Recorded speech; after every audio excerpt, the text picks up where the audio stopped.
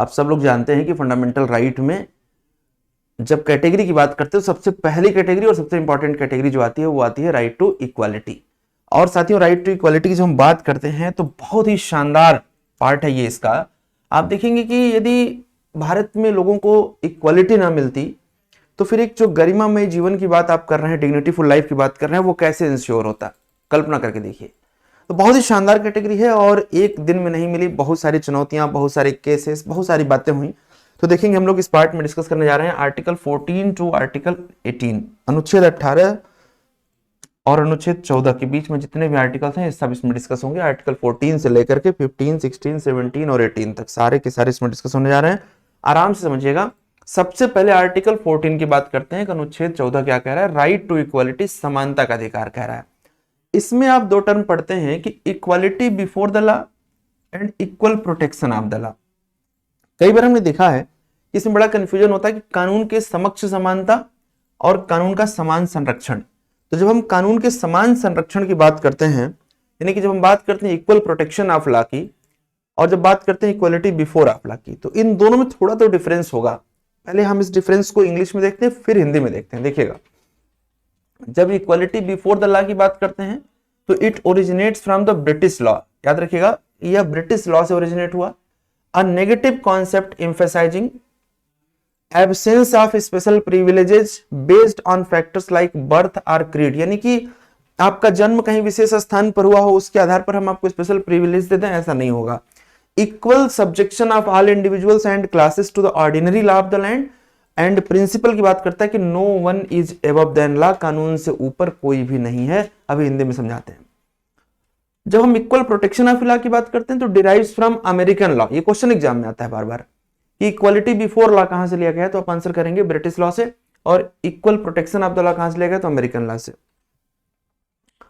हमने कहा कि वहां पर एक नेगेटिव कॉन्सेप्ट है, यहां पर हमने कहा एक पॉजिटिव कॉन्सेप्ट है। फोकस करता है किस पर? Treating all individuals in similar circumstances equally in terms of right and liabilities. अभी हिंदी में समझा रहे हैं। ensuring law are applied uniformly to all those in the same situation, and फिर कह रहा है कि principle like should be treated alike without any form of discrimination। Hindi में देखिए जरा क्या कह रहा है, हिंदी में समझ में आएगा आपको ज्यादा अच्छा। कानून के समान संरक्षण की बात किया हमने, तो हमने कहा कि इसकी उत्पत्ति अमेरिका के कानून से हुई है। यह एक सकारात्मक अवधारणा है। समान परिस्थितियों में सभी व्यक्तियों को समान अधिकार एवं दायित्व प्रदान करता है। समान स्थिति वाले सभी व्यक्तियों पर कानून समान रूप से लागू होता है। और सिद्धांत जो कह रहा है कि समान को समान रूप से व्यवहार मिले, ऐसा। लेकिन वहीं पर जब हम बात करते हैं कानून के समक्ष समानता की, तो यहां पर देखिएगा कह रहा है कि इसकी उत्पत्ति ब्रिटिश के कानून से हुई। यह एक नकारात्मक अवधारणा है। जन्म, धर्म, जाति आदि के आधार पर किसी भी प्रकार के विशेषाधिकार का अभाव, यानी कि जन्म के आधार पर, जाति के आधार पर किसी भी व्यक्ति को विशेष अधिकार नहीं मिलेंगे। सभी व्यक्ति और वर्ग देश के सामान्य कानून के समान अधीन होते हैं। और फिर कहा जा रहा है कि कानून से ऊपर कोई भी नहीं होता है। तो बहुत ही बेसिक सा डिफरेंस है, लगभग बात एक ही होती है। जो बेसिक डिफरेंस है वो हमने आपको बता दिया है, ताकि यदि आर्टिकल 14 पर बात आपसे पूछे तो आप इसको जस्टिफाई कर पाए। आर्टिकल 14 सबको ही मिलेगा, चाहे इंडियन हो चाहे वो विदेशी हो कोई, यानी कि आर्टिकल 14 भारतीयों पर भी लागू है और आर्टिकल 14 विदेशियों पर भी लागू है। ठीक है भैया। अब आप बात करते हैं आर्टिकल 15। आर्टिकल 15 बहुत ही महत्वपूर्ण है। आर्टिकल 15 के सब क्लासेस भी बहुत महत्वपूर्ण है, ध्यान समझना। आर्टिकल 15 की एक लाइन की डेफिनेशन को समझिएगा कि द स्टेट, क्वेश्चन है कि स्टेट कौन है, तो जो आर्टिकल 12 में डिफाइन किया गया है कि स्टेट कौन है, वही स्टेट है। तो कह रहा है कि prohibition of discrimination on specific grounds, यानी कि हिंदी में देखें तो खास आधारों पर भेदभाव पर रोक है। ठीक है, कौन से खास आधार हैं? जन्म के आधार पर, लिंग के आधार पर, वंश के आधार पर, मूल के आधार पर, कास्ट के आधार पर, रिलीजन के आधार पर आप कोई भेदभाव नहीं करेंगे किसी भी व्यक्ति में। ठीक है, देखिएगा जरा, कौन नहीं भेदभाव करेगा? राज्य नहीं करेगा। ठीक है जी, ऐसा आर्टिकल 15 का मोटा मोटा कहना है। अब आते हैं आर्टिकल 15 की एक एक क्लास को पढ़ते हैं। तो आर्टिकल 15 क्लास 1, आर्टिकल 15 का जो क्लास 1 है इसमें क्या लिखा गया है? कह रहा है कि राज्य सिर्फ ऊपर बताए गए आधारों पर, ऊपर का मतलब जो मैंने आपको बताया है, रेस, जेंडर, और कास्ट, रिलीजन, इन सब की बात हम कर रहे हैं। नागरिकों के साथ गलत व्यवहार नहीं कर सकता है, यानी कि non discrimination by the state can not treat citizens unfairly solely on the ground mentioned above. Example की यदि बात करें तो एक केस आपसे बार बार पूछा जाता है कि मद्रास राज्य बनाम चंपकम दोराई राजन 1951 का जो केस है, इसमें क्या कहा जा रहा है कि किसी भी एजुकेशनल इंस्टीट्यूशंस में जाति के आधार पर कोटा को गैर संवैधानिक घोषित किया गया। ठीक है, अब आप कहेंगे कि सर ये तो अभी मिलता है एजुकेशनल इंस्टीट्यूशंस में, हाँ, लेकिन बाद में ऐड हो रहा है ना धीरे धीरे। जैसे आप देखेंगे तो अभी ईडब्ल्यूएस को एजुकेशनल इंस्टीट्यूशन में क्या है, रिजर्वेशन है। तो कैसे है वो, आपने संशोधन करके दिया ना, संविधान संशोधन किया आपने 103, उस पर बात करते हैं। तो आर्टिकल 15(1) में सीधी सीधी बात है कि state shall not discriminate among the citizens on the basis of caste, gender etcetera, जो भी है। 15(2) क्या कह रहा है, जरा ध्यान से समझिएगा। 15(2) ये कह रहा है कि भारत में, ध्यान दीजिएगा, कि नागरिकों को जाति, धर्म या अन्य कारकों की परवाह किए बिना दुकानों, रेस्टोरेंट, कुओं और सड़कों जैसी सार्वजनिक सुविधाओं तक समान पहुंचे। पहले क्या होता था, पहले किसी कुएं से पानी एक विशेष जाति का व्यक्ति नहीं भर सकता था, किसी तालाब में एक विशेष जाति का व्यक्ति नहीं स्नान कर सकता था। नहीं, ऐसा नहीं होगा। Citizens have equal access to public facilities such as shops, restaurants, wells and roads, regardless of the caste, religion and other factors. हाँ, यहाँ पर थोड़ा सा ध्यान दीजिएगा कि ये पब्लिक एक्सेस की बात कर रहे हैं, सरकारी पहुंच की बात कर रहे हैं। मतलब कहने का यहाँ पर क्या है, जब भी कभी पब्लिक लग जाए ना, तो आप समझना कि वो सरकारी हो गया। यानी कि कोई तालाब आपका प्राइवेट, आपके घर का स्विमिंग पूल है, और कोई कहे कि नहीं हम भी उसको एक्सेस करेंगे, नहीं, सरकारी कोई तालाब है तो उस पर कोई भी एक्सेस करेगा, जाति धर्म के आधार पर आप उसे रोक नहीं सकते हैं। ये आपका आर्टिकल 15(2) कह रहा है। ठीक है, 15(3) क्या कह रहा है भाई, कह रहा है कि it allows special measures for women and children such as reserved seats in local governance to promote their welfare and चलिए एंड हटा देते हैं। अब यहां पर याद क्या रखना आप लोगों को, यहां पर आप लोगों को याद रखना है कि राज्य महिलाओं और बच्चों के लिए विशेष उपायों की अनुमति देता है। ध्यान देना इस बात पर, आर्टिकल 15 में ही कहा गया था कि जेंडर के आधार पर, सेक्स के आधार पर आप डिस्क्रिमिनेट नहीं करेंगे, लेकिन आर्टिकल 15(3) में कहा जा रहा है कि महिलाओं के लिए राज्य के पास अधिकार है स्पेशल प्रोविजन बनाने का, क्योंकि इसे पॉजिटिव डिस्क्रिमिनेशन कहते हैं। ये सकारात्मक भेदभाव है, इससे महिलाओं के जीवन में काफी बदलाव आएगा।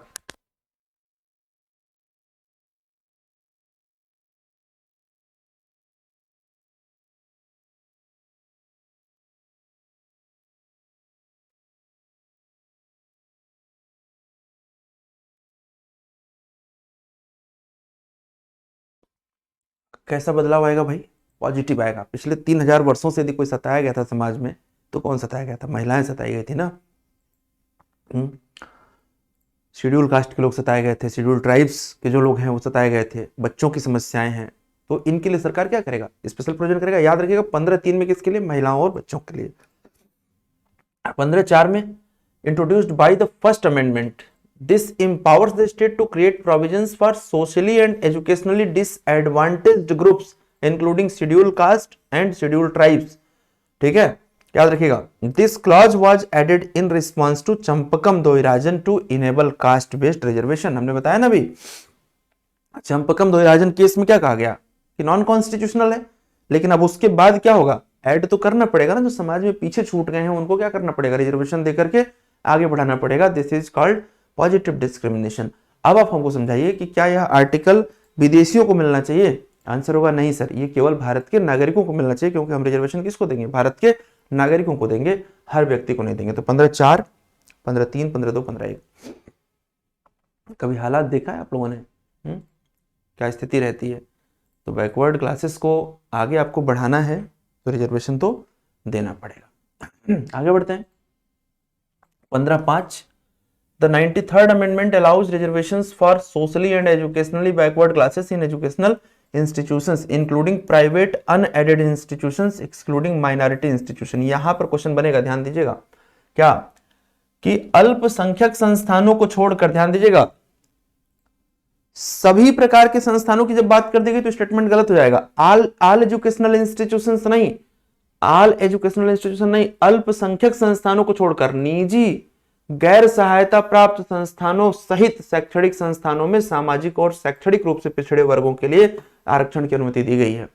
यानी कि आपसे सवाल क्या पूछेगा कि जो सोशली एजुकेशनली बैकवर्ड क्लासेस हैं उनके रिजर्वेशंस की बात एजुकेशनल इंस्टीट्यूशन में कहां पर करी गई, आंसर होगा 15(5) में। लेकिन उसका एक्सेप्शन क्या है कि माइनॉरिटी इंस्टीट्यूशंस को छोड़ दिया गया उसमें, ठीक है। और 15(6) क्या कहेगा भैया, EWS इकोनॉमिकली वीकर सेक्शन का एजुकेशनल इंस्टीट्यूशंस में जो रिजर्वेशन है वो आपका कहां पर है, वो है 15 क्लॉज 6 में। कितना परसेंट है, 10%। कब शामिल किया गया, 103वें संविधान संशोधन 2019 द्वारा, ठीक है भाई।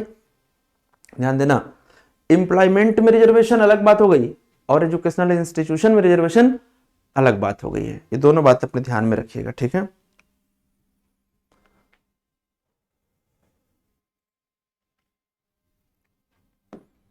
अब देखें आर्टिकल 16 क्या कह रहा है।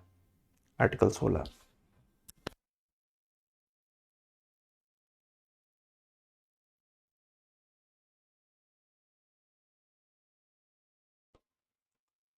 कह रहा है कि equality of opportunity in public employment, सरकारी नौकरी में मौके की बराबरी, आप कह सकते हैं कि रोजगार के समान अवसर। किसकी बात करेंगे, रोजगार के समान अवसर। यानी कि यदि कोई सरकारी नौकरी आ रही है तो उस सरकारी नौकरी में सबको बराबर अवसर मिले, ये डिमांड है, ठीक है भैया। आर्टिकल 16 क्या कह रहा है, article 16 guarantees equality of opportunity in matters of public employment and private discrimination based on religion, caste, race, sex, descent, place of birth और रेजिडेंस। मतलब कहने का क्या है कि सरकारी नौकरी में राज्य सबको समान अवसर देगा और किसी भी स्थिति में धर्म, जाति, नस्ल, लिंग, वंश, जन्म की स्थान या रहने की जगह के आधार पर कोई भेदभाव नहीं करेगा। यानी कि 10 सीट आई है तो सबको अवसर उसमें मिलेगा। लेकिन अब सवाल उठता है कि क्या सर जो लोग पीछे छूट गए थे समाज में, जिनको बहुत लंबे समय से अवसर नहीं मिल रहा था आगे बढ़ने का, क्या उनके लिए कोई विशेष प्रावधान होगा? आंसर होगा यस, पॉजिटिव डिस्क्रिमिनेशन, भेदभाव करना है लेकिन समाज को अच्छा बनाने के लिए। तो पहले तो कहा जा रहा है कि राज्य ऐसा नहीं करेगा आर्टिकल 16 में, लेकिन आर्टिकल 16 के क्लास 1 में ये बात तो हो गई। आर्टिकल 16 के क्लास 2 में क्या कहा जा रहा है कि prohibition of discrimination forbids employment discrimination based on the ground listed above. मतलब कहने का क्या है कि भेदभाव पर रोक, ऊपर बताए गए आधारों पर नौकरी में भेदभाव को रोकता है। लेकिन यहां पर कह रहा है कि मंजूर छूट, परमिसिबल एक्सेप्शंस क्या है, अपवाद क्या क्या है कि residence requirements, parliament can impose residency condition for appointment in certain states. मतलब कहने का यह है कि संसद क्या कर सकती है जी, संसद कह सकती है कि हम डोमिसाइल मांगेंगे, निवास मांगेंगे, कुछ वर्तियों के लिए हम मैंडेट कर देंगे कि आप उसी राज्य के रहने वाले हो, तो ऐसा आवश्यकता पड़ सकता है कि वह काम बाहर के लोग ना कर पाए। तो एक तो 16(3) में डोमिसाइल मैंडेट हो सकता है। 16(4) में क्या हो सकता है कि reservation for backward classes allows reservations for classes not adequately represented in public service. यानी कि लोक उपक्रमों में किसी विशेष वर्ग का यदि रिप्रेजेंटेशन नहीं है, मतलब कि किसी विशेष जाति के लोग वहां पर नहीं पहुंच पा रहे नौकरियों में, तो कहा जा रहा है कि उस वर्ग के लिए प्रावधान बना देंगे, स्पेशली किसके लिए, बैकवर्ड क्लासेस के लिए, ठीक है। यानी आपसे कोई पूछे कि पिछड़े वर्गों के लिए रिजर्वेशन, पिछड़े वर्गों के लिए रिजर्वेशन नौकरी में, रोजगार में किस आर्टिकल में है, तो आप आंसर क्या करेंगे, आर्टिकल 16(4) में है। ध्यान दीजिएगा, एजुकेशनल इंस्टीट्यूशंस की बात करेंगे तो आर्टिकल 15 में आप बात करेंगे, और रोजगार की बात करेंगे तो 16 में बात करेंगे। ये अंतर ध्यान में रखेगा। प्रमोशन की बात आई कि भाई प्रमोशन में भी रिजर्वेशन दे दो, तो 16(4) में प्रमोशन में रिजर्वेशन दिया गया। लेकिन क्या कहा गया कि प्रमोशन में रिजर्वेशन जब हम बात करते तो reservation promotion permits reservation promotion for एससीज and STs to address historical injustice. M Nagaraj versus union of India 2006 का केस है, याद रखिएगा, है ना। क्वेश्चन क्या पूछेगा कि कौन सा केस प्रमोशन में रिजर्वेशन से संबंधित है, तो आंसर होगा एम नागराज बनाम यूनियन ऑफ इंडिया। देखिए कई बार ऐसा होता है ना कि नौकरी में तो रिजर्वेशन दे ही दिया, प्रमोशन में भी रिजर्वेशन दे रहे हैं, तो कई बार लगता है कि ये इनजस्टिस हो रहा है। लेकिन ये केस आपको जरूर याद रखना और ये आर्टिकल याद रखना है। आर्टिकल 16(4) भी क्या कहता है कि carry forward of reserve vacancies enables unfilled reserve vacancies to be carried forward by subsequent years. ना आगे के वर्षों में जो खाली सीटें हैं उनको बढ़ा करके जोड़ देंगे।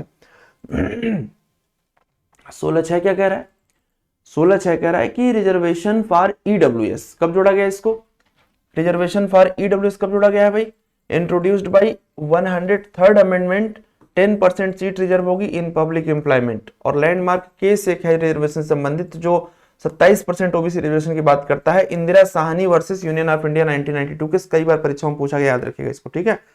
कह रहा है कि excluding the creamy layer capped total reservations की बात करेंगे, total reservations at 50% and emphasise judicial scrutiny of the reservation policies. मतलब कहने का यह है कि किसी भी हालत में कुल सीटों का 50% से अधिक रिजर्व नहीं हो सकता है, जो भी बांटना रिजर्वेशन में वो 50% के अंदर बांटिए।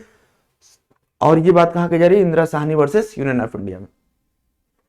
तो आर्टिकल 15 और आर्टिकल 16 के सभी क्लॉजेज आपने समझ लिए हैं। आर्टिकल 17 बड़ा आसान सी बात करता है sir ma'am, abolition of untouchability की बात करता है। एबोलिशन ऑफ अनटचेबिलिटी का मतलब क्या हो गया, छुआछूत समाप्त करना। तो केवल आर्टिकल 17 में लिख देने से काम नहीं चलेगा कि हाँ अब अनटचेबिलिटी रहेगी नहीं। भाई संविधान तो 26 जनवरी 1950 को पूर्णतः लागू हो गया था ना, तो क्या उसके बाद समाज से छुआछूत की व्यवस्था समाप्त हो गई थी? लोग खाना ऐसे ऊपर से गिराते थे समाज में, है ना, बर्तन ना छू जाए, थाली ना छू जाए, तो उसके लिए ना अलग से एक्ट भी बनाना पड़ेगा। तो the protection of civil right act 1955 penalizes untouchability related offenses like denying access to public places or services. The Scheduled Caste and Scheduled Tribes Act Prevention of Atrocities Act 1989 further protect marginalized communities from caste based discrimination। मतलब कहने का क्या है कि 1955 में civil अधिकार, यहां पर देखिएगा 1955 में हमने कहा कि सिविल राइट प्रोटेक्शन एक्ट लाना पड़ा ताकि उनके अधिकारों की सुरक्षा हो सके, और फिर 1989 में आपको अनुसूचित जाति एवं अनुसूचित जनजाति अत्याचार निवारण अधिनियम लाना पड़ा ताकि उनके साथ जो छुआछूत का अत्याचार हो रहा है वो समाप्त किया जा सके। तो आर्टिकल 17 होने के बावजूद भी इस आर्टिकल को अप्लाई करने के लिए आपको ये एक्ट बनाने पड़ रहे हैं, ठीक है। अच्छा, article 17 applies to both state and private individual obligating the government to prevent and address violations. कह रहा है कि आर्टिकल 17 राज्य और प्राइवेट लोग दोनों पर लागू होता है, जिससे कि सरकार को उल्लंघन को रोकने और उससे निपटने के लिए जिम्मेदारी मिलती है। यानी कि सरकार पूर्णतः जिम्मेदार है छुआछूत जैसी समस्या को रोकने के लिए, ठीक है। अच्छा, यदि हम जुडिशियल इंटरप्रिटेशन की बात करें, न्यायिक व्याख्या की बात करें, तो the people's of union for democratic right versus union of India case 1982, the court affirm that article 17 applies universally ensuring quality in public and private domains. यानी कि हर जगह, चाहे पब्लिक डोमेन हो चाहे प्राइवेट डोमेन हो, इक्वालिटी अप्लाइज है। इस बात को ध्यान में रखिएगा, चाहे कुछ भी हो, छुआछूत वाली समस्या समाज से खत्म होनी चाहिए। आर्टिकल 17 में बातें कही जा रही हैं। देखा नहीं क्या हो रहा है, देखो जरा ध्यान से। एक बड़े साहब हैं जो बड़ा पढ़े लिखे लग रहे हैं और काफी बड़े जाति से लग रहे हैं, और एक गरीब व्यक्ति को देखो कैसे ऊपर से पानी गिरा रहे हैं। अभी तो कुछ भी नहीं है, अभी तो ये कुछ भी नहीं है। कई बार देखिएगा आपकी यहाँ पर ये व्यक्ति ऐसे हाथ से ऐसे पानी लगा लेगा और हाथ से पिएगा, बर्तन इसके पास नहीं होगा, और उसी हाथ को ऐसे 2 बार करके पोंछ लेगा अपने कपड़े में, काम करना शुरू करेगा। तो इस तरह की समस्या यदि समाज में रहेगी तो आप हमें समझाइए कि छुआछूत कैसे समाप्त होगा। भाई ये समाज का ही तो हिस्सा है ना, बहुत बहुत बड़ी समस्या है। These are not fair. जिस नेचुरल राइट्स की हम बात करते हैं, जिस नेचुरल जस्टिस की हम बात करते हैं, जिस नेचुरल प्रोसेस की हम बात करते हैं, जिस ह्यूमनिज्म की हम बात करते हैं, मानवता की बात करते हैं, क्या वो यहाँ पर लागू हो पाएगा? आप देखो जरा, कल्पना करो इस तरह के सिचुएशन को। तो आर्टिकल 17 समझ में आया होगा। आर्टिकल 18 बड़ा सिंपल सा है लेकिन प्रभाव बहुत बड़ा है। आर्टिकल 18 एबोलिशेस हेरिडेटरी और होनोरफिक टाइटल्स दैट रिप्रिट्यूट इनइक्वालिटी और सोशल इनहेरिटेंसेस। क्या जैसे मतलब कि हम राजा के बेटे हैं तो मेरे नाम के साथ भी राजा लगेगा ना, राजा, महाराजा, महाराजाधिराज, इस तरह की टाइटल्स चली आती थी। कहा गया कि इनको समाप्त करो, खानदानी जो इज्जतदार टाइटल है उसको समाप्त करो, क्योंकि वो उस समाज में उस व्यक्ति को क्या करती है, स्पेशल प्रिविलेज दे देती है, जबकि समाज का हर व्यक्ति क्या है, हर व्यक्ति क्या है, समान है। तो आर्टिकल 18 में उपाधियों का अंत है। कहा जा रहा है कि national awards like Bharat Ratna, Padma awards are exempted. यानी कि आप कहेंगे ना कि सर तो फिर इनको भारत रत्न की उससे उपाधि से क्यों सम्मानित किया गया, तो ये एग्जेम्प्टेड है क्योंकि कहा जा रहा है कि ये जो है वो हेरिडेटरी स्टेटस लेकर के नहीं आ रहे हैं। यानी कि आपके पिताजी को भारत रत्न मिला था तो इसलिए आपको भारत रत्न मिल रहा है, ऐसा कुछ नहीं है। आपने कुछ ऐसा काम किया होगा कि भारत रत्न आपको मिले, इसलिए मिला है। और ये बात कही जा रही in Balaji Raghavan versus union of India case 1996 the court clarified that these awards comply with article 18, है ना। तो ये बात आपको समझनी चाहिए कि आप राजा महाराजा महाराजाधिराज जैसे जो टाइटल अडॉप्ट करते चले आ रहे थे वो आपका वंशानुगत टाइटल था, लेकिन ये टाइटल आपके वंशानुगत नहीं है, ये आपको पुरस्कार दिए जा रहे हैं, पुरस्कार के रूप में, है ना, आपने कुछ अच्छा किया होगा। तो मुझे उम्मीद है कि आर्टिकल 14 से लेकर के 18 तक जो राइट टू इक्वालिटी की बात हमने करी है, आर्टिकल 14, 15, 16, 17, 18 जो भी आप पढ़ रहे हैं वो आपको पूरा समझ में आ गया होगा। यदि कोई डाउट क्रिएट हो आप हमें मैसेज जरूर भेजिए, ठीक है। चलिए, धन्यवाद।